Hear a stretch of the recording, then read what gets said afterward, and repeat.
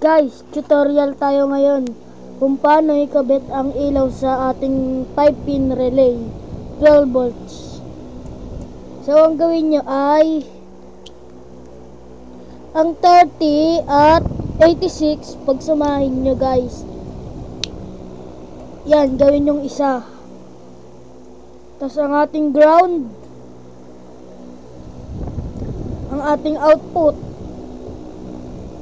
Ang gagawin natin guys, dito ang kulay, dito natin ikakabit ang ating kulay, ang ilaw, kulay red na wire sa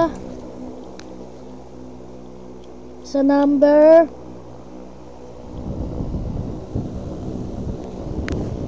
guys, di natin makita 85,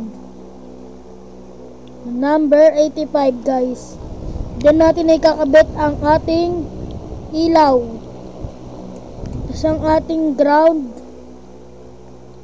pagsasamahin natin dito sa ating ground o kaya sa chassis. Ito ay tutorial lamang po, kaya power supply lang ang aking gamit. Kakabit mo lang dyan yan. Ground, ito po ang ground natin, kulay team. Kabit natin dyan pag sumasamahin natin.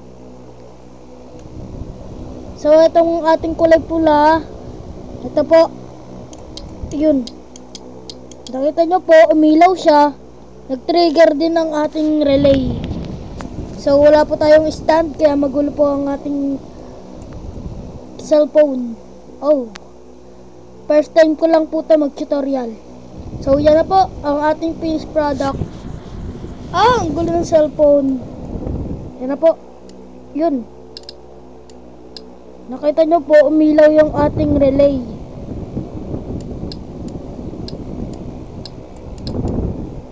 Yun po. Ito po ang ating blinker.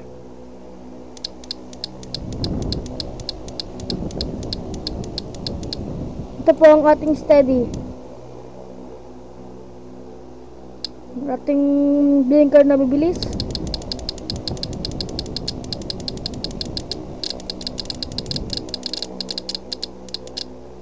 Steady, blinker na normal.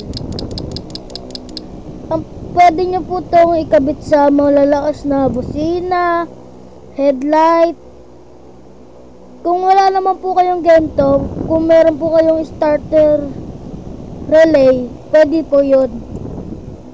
Maganda po yun kasi flasher yun. Ito po kasi mano-mano oh. Ito po blinker.